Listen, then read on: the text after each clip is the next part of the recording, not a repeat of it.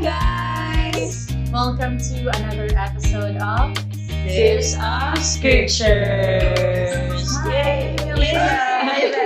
Hello How are you guys! guys? How are you doing today? I'm good. Doing great. I know. How's life with Jesus? Lahi ra gyud. It's been so good. Lahi ra Thank gyud. you, Lord. Yeah. Lahi ra gyud if kanang giniyahan or guided by His Word always. Amen.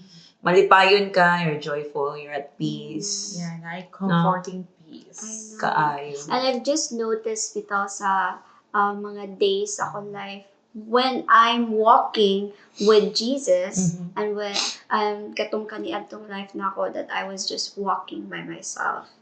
So makita na ko ang difference bitaw that my life right now is full of sunshine and butterflies. Though na ay mga times na na storm sa life, May but challenges. at least it's been still a colorful life. Wow, Okay. amazing. Thank That's you, Thank you, amazing. Lord. All glory to Him. Amen, amen. Alright, so unsa man natong hisgutan karon? Bitaw, no? What's up to It's yung another interesting topic. Kaayo. So what's our title for our episode today? Our title is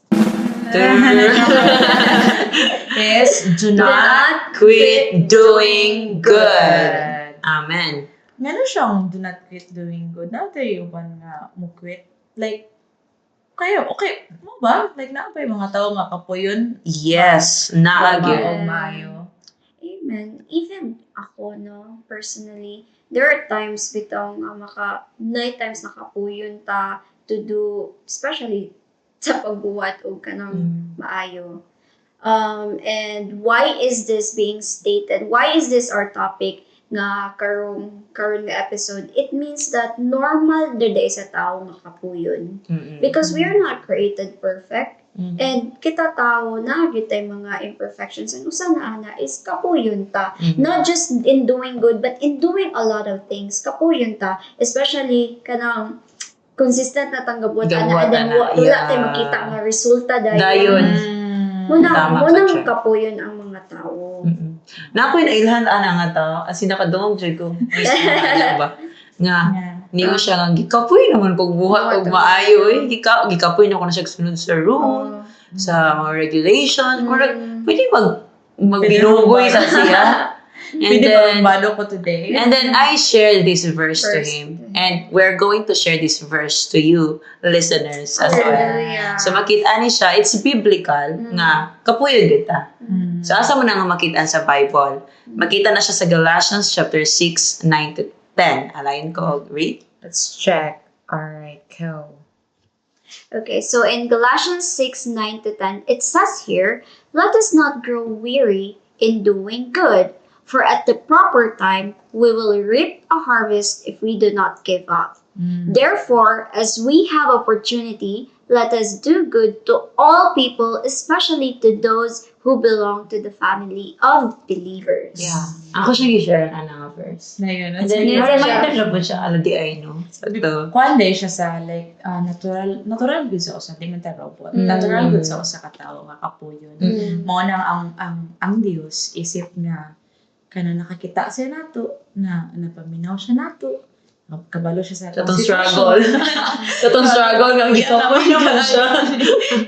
Kaya di ba niingon ang John 1:1 nga ang word mo ay ang kanang ang Dios. Amen. So, the word is God. And niingon sa Galatians, sa itong imong gibasa, Alisa, Galatians 6, chapter 6, verse 9 to 10, sa, nga, do not quit or do not get tired Of in doing good. doing Amen. good.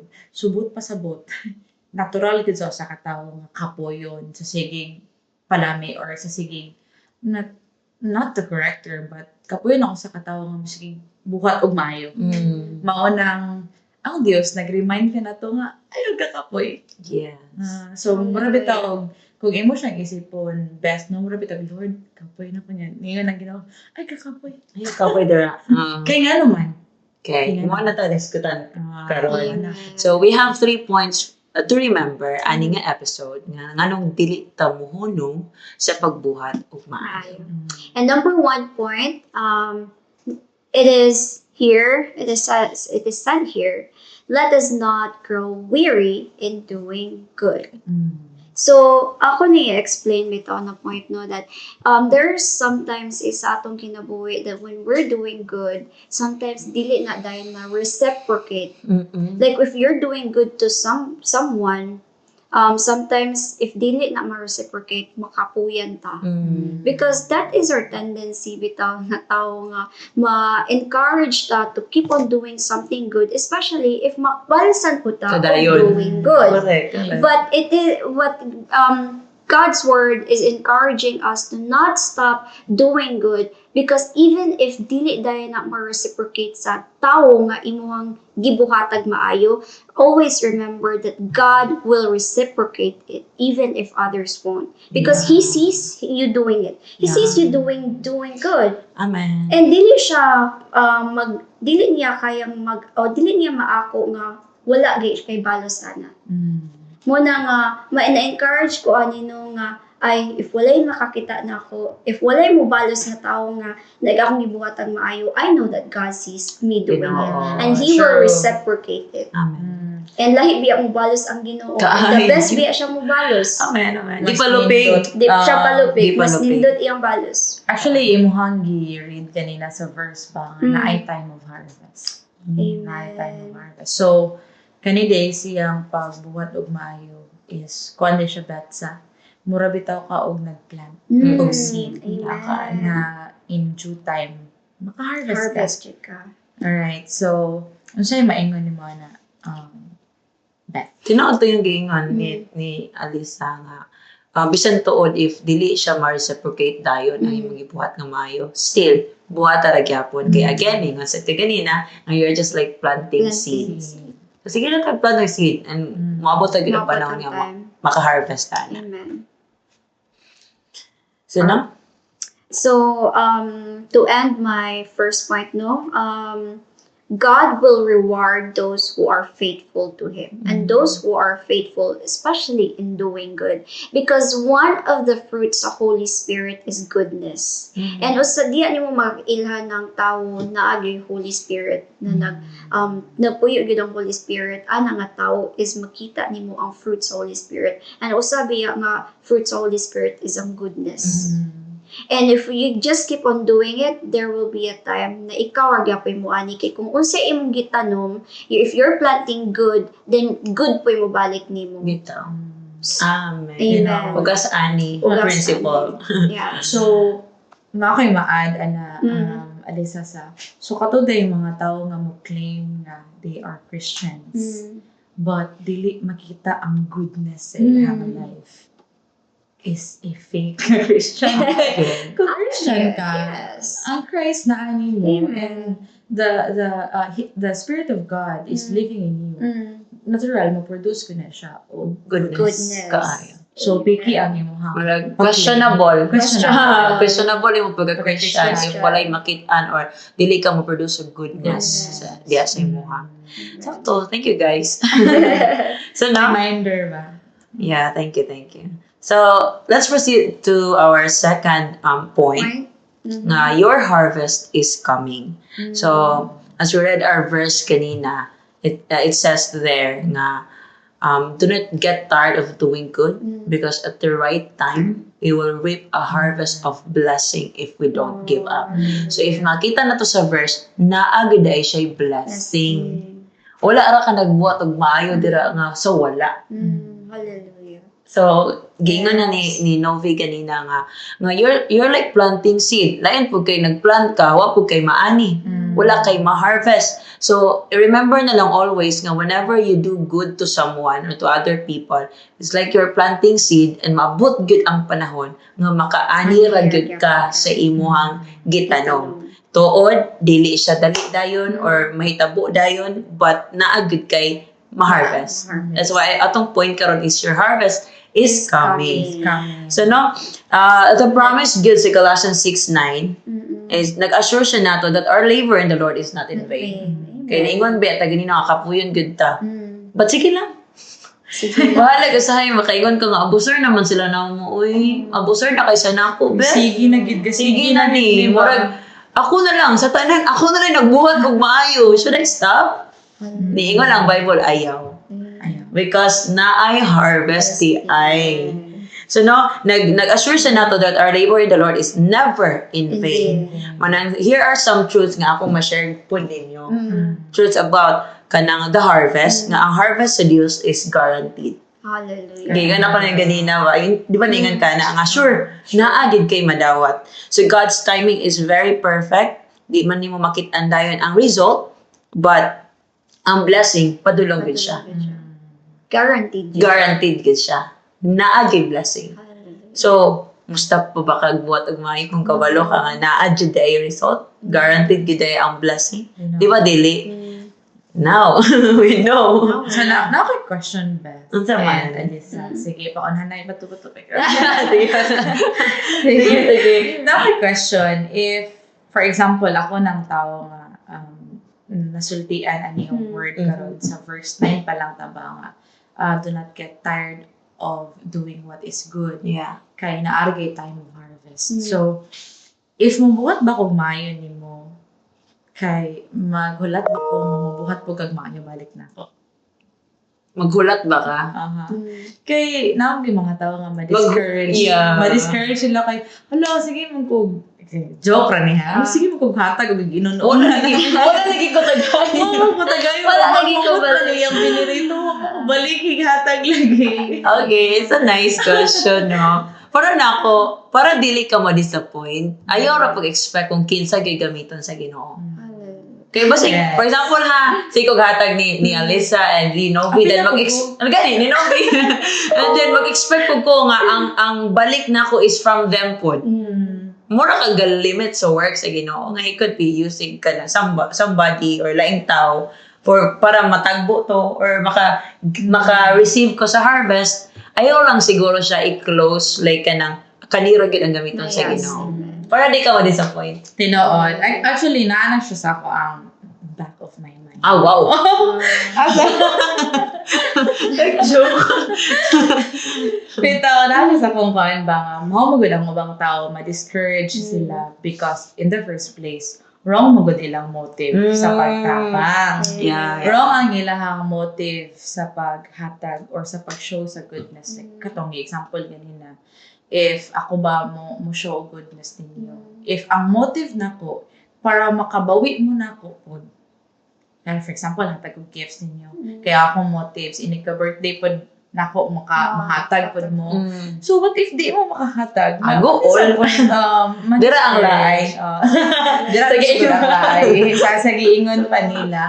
So mo na ang uban, ma-discourage sila because in the first place wrong man gid pod ang nila. Bitaw. Motive. I agree. So mana siyang dili ta mo dili na to limitahan ang pamuhat sa Dios kung kinsa iyang gamiton nga tawo nga mo balik niya. Tinood. Amen. So now, let's continue. Thank you so much for that, Novi. Nakay mo, sorry. Na-remindan ra po ko kaganiya ra po ni ba like while I was preparing to go somewhere, gituluan ra po ko sa Holy Spirit ba nga namagod ko sa una nga kanang birthday niya. Tapos wala siya ni greet sa akong birthday. So sa akong thinking, Kita lang ang salida. sa akong thinking, ano mo greet mo ko niya? Okay. Wala man siya ni greet na ako katong birthday na ako. Pero gitudluan ra po ko sa Holy Spirit ba nga that is what it means to be a Christian, that even if people are not planting good to you, you keep on planting good to them because I will reciprocate that. If they're not gonna do the good things na yung gibuhat nila, then God sees it. Mugamit siya laing tao. And dili siya limitado sa usara ka tao nga inyong gibuhat ang maayo. He can use anyone. He can touch anyone's heart to do the same or even more good things to you. Amen. Yes. So, Doon no? Tay sa kaya pwede mo sa tag 1 minute. Ganina, tinood. Like, Tagalan to. Kani bitaw. Assuring kayo ang word of God no nga ala Vicente tuod if kanang wala sila nakabuhat na ko maayo kabalo ko nga nay Dios nga nakita sa akong gibuhat. Mo na ang kani nga harvest nga tong hisgutan karon, it's abundant as well. Mo na siya usab sa kamatuoran.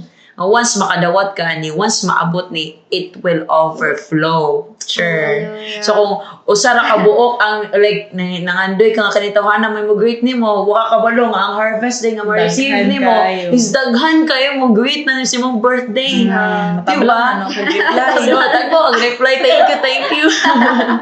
So, no, not just materially, but enjoy, peace, and fulfillment. Wow. Mao na siya madawat na to when the harvest comes. And the last one is eternal. When the harvest comes, it's eternal. The good you do impacts not only the present, but also eternity. Wow. So every seed of kindness nga itong gibuhat, obedience you sow has eternal significance. So, wala lang nagpasabot nga kanang gabuhat kag maayo din sa kalibutan, di Wala na ra. ka maka-receive og reward or harvest sa kalibutan. Naasad sa langit. It's Yeah. recorded. Yes, it's recorded there nga nakagibuhat nga maayo sa katao. Bisag wa na o kakailan niya, bisag kanang dili siya maayo nimo. Makabalos. So now think about the opportunities God gives you daily. At home ba, sa work ba nimo, sa church ba, or even online.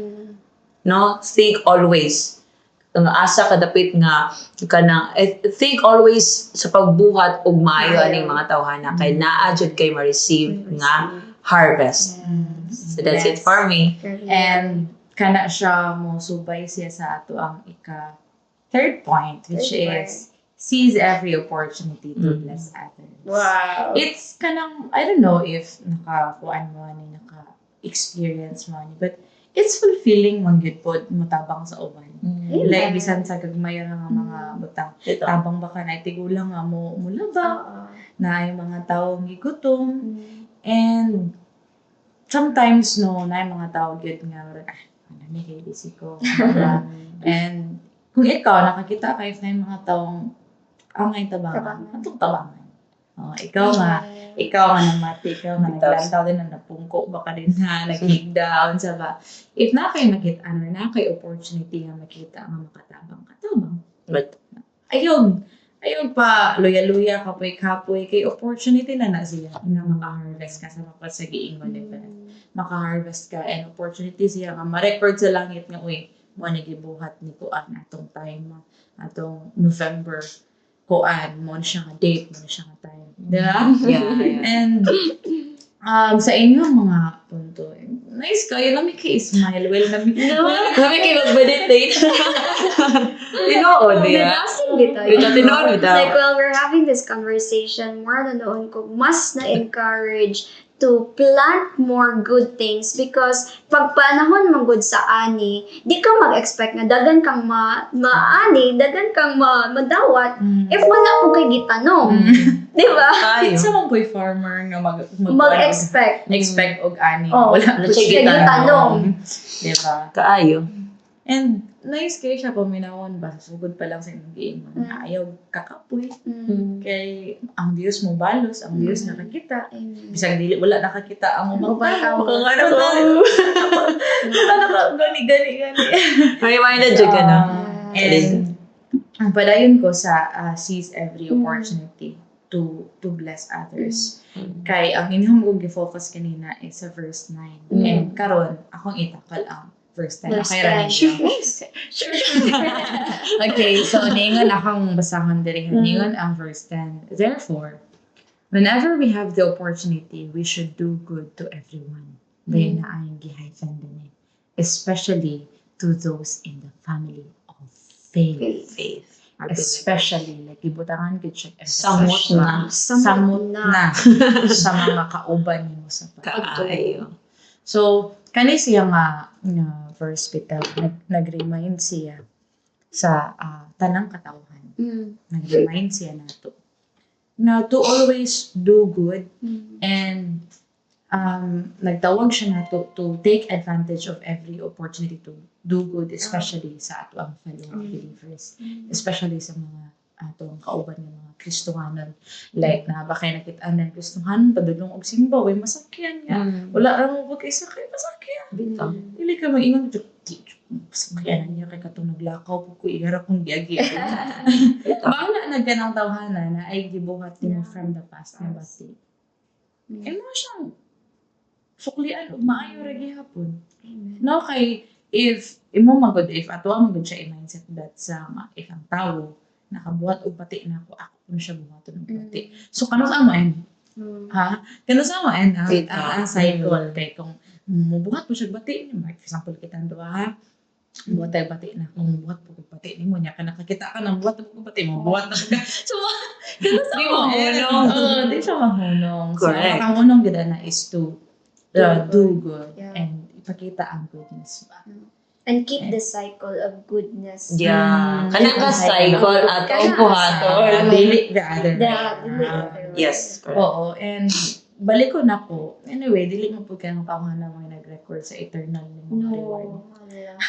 Dili mo po daw ka ng tawhanan mo ingon dito nga, Lord, maura ni nabuhat niya. Oh. Dili man siya ang tiglista sa imong mga nabuhat. Mm. Di ba? Dinood?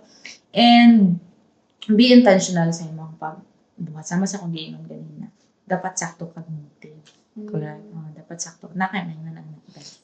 Kaayo. Be intentional sa imong gibuhat. Like, kani bitang wala ka na focus yun. Kabalo mo kani man good. Murag mabuhat ni mong saktong sa kabutang once nakasabot pud ka sa reason nga nang siya ni mong gibuhat. No. Now that we understand nga kani di atong gibuhat nga maayo na di tay madawat nga harvest, I do believe you'll be intentional in doing good. Mangita jud kag ways sa pag-serve sa uban, I would say. So, kada niya, pwede ako na pong i-share ang na-experience na ako kay Gania. When I woke up, kabalo dyan ko nga na ako lakaw. Kay every Friday, namagod ko ang tuon sa Amlan to I have this Bible study sa mga youth dito.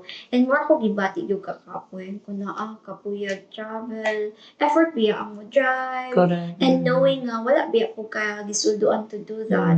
But because nasabtan ako ba nga, if you just keep on planting good to them, kabalo jud ka nga mo balik ra po na nimo in due time. So munang pag-uli na ako na ingon jud ko, Lord, thank you Lord because you have brought me here. Na realize na ko nga ang resulta bitaw nga kalipay dili siya like dili siya mabaylo sa kakapoy na imong na feel. Diba? Ay, dili siya baligayan, Char. Dili, Kanang dili. kapuyod ka. Kapuyod ka. Grabe.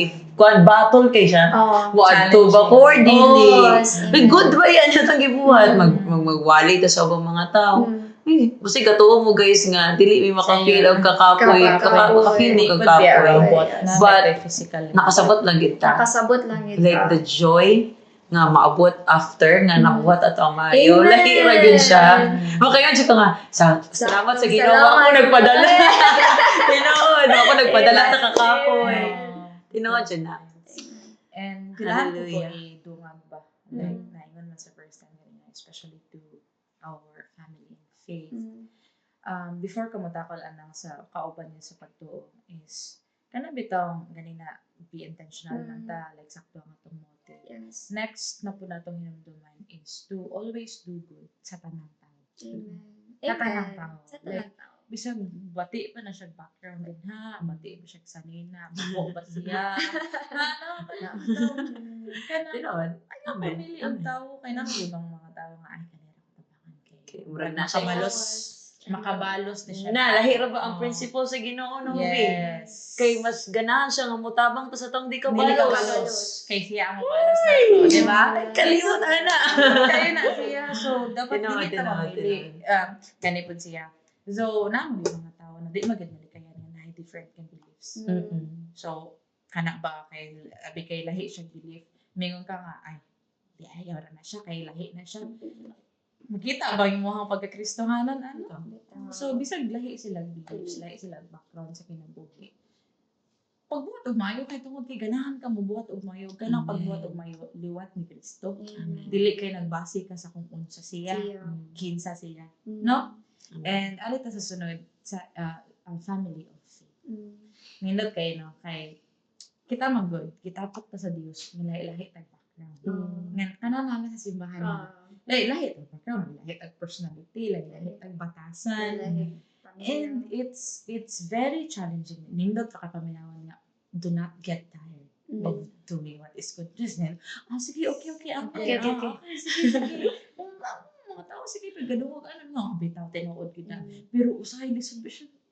Buhaton Oo. sa kuana ka ng anak nga time, Ah, anak anak nga nga moment. time. Kasulayan ka. Sulayan ka ba? Ay, basta niya, maingon na ka. Ikaw nga namati din ha.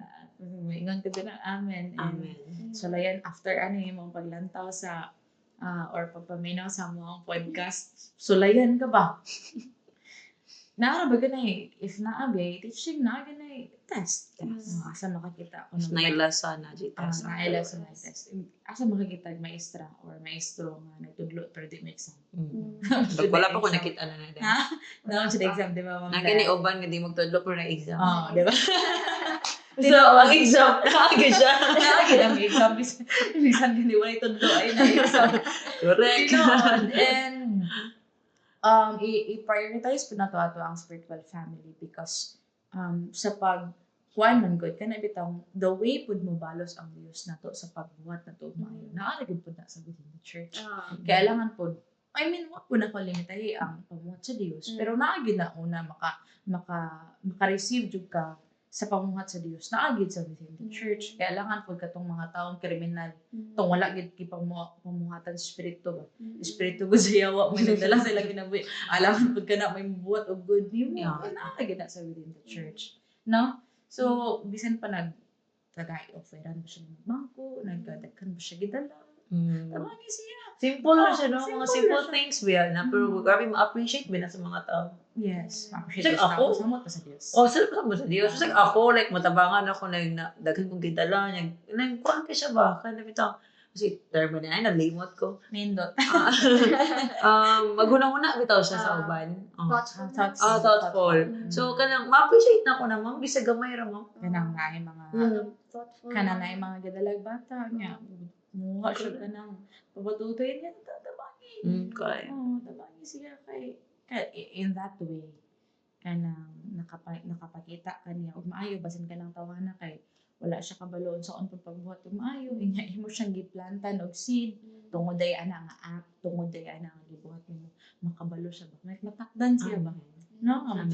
ko pud matabang pud sa mga tao Wala ka nice ko dyan, ana, ma'am, kay makadaig sa sige, no? Because of you. because of you Because of what you did. And ang pinaka the best pag yun kay what if day kana day mong pagbuhat og maayo ana nga tao especially if unbeliever what if muna day na turning point nila nga mutuo sila sa Ginoo and surrender sila sa Ginoo just because you did an action na nakapamove sa ilang heart na mutoy nakapa-turning point nila nga ni dangop sila sa Ginoo. Amen. So, sometimes magod when we're doing good, kapuyan ta at that moment, pero once malampusan nato na the fulfillment that comes after, di jud mabayaran. The joy that True. comes after.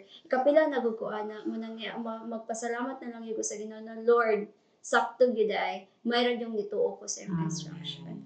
pero challenging ni siya ha Mm. challenging ni siya sa kananaan ka sa situation Amen. Ayo. Makangisi-ngisi patakaron Kaya. para kapod mismo nga nag-ingon ani Challenge niya. sa iba ta. Challenge mo na siya. So, to sum it all up, dili kita dapat kapuyon sa pagbuhat ug maayo because God is calling us to live lives marked by faithfulness, perseverance, and generosity. When you feel tired or unappreciated kay pangtabangan pero wala mo lang ni thank you, remember these truths. Pinakauna, God sees your good works. Nakikita ang Diyos sa imong gibuhat. Ikaduha, a harvest is coming, so do not give up. And sunod, every act of kindness reflects God's love toward the world. Amen. Katungingon ni Beth kanina ba, makadayig sila sa Diyos tungod nimo, tungod sa imong gibuhat. So now, let us commit na good to doing good and trusting God that He will bring blessings sa ato ang kinabuhi in His perfect timing. So just keep sowing. Padayon na magtanong ug maayo. Keep serving other people and keep shining His light sa ubang mga tao.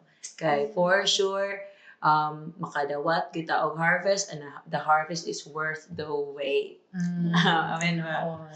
So, So ang ato ang kuano before we end this very very flowing and nindot kay atong episode no karon makasumayo ta. karon So, naa may challenge sa among mga viewers na tigpaminaw na mo diya sa pikas nga screen.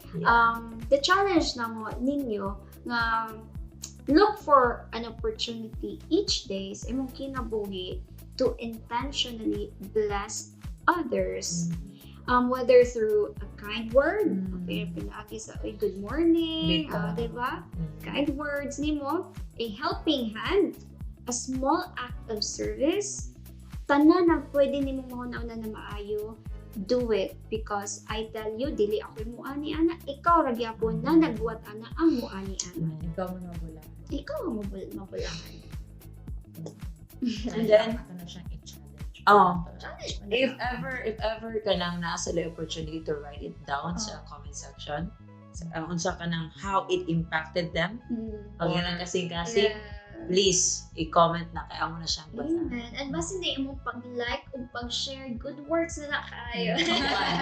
Pag-like and pag-share ani nga podcast, o dagan ang mabless ana. You're doing good. Amen. So, if you ever encounter ka og challenges sa pagbuhat ani or to put this into action bitaw sa pagtabang. Hindi pwede mo ma-share din na sa comment section.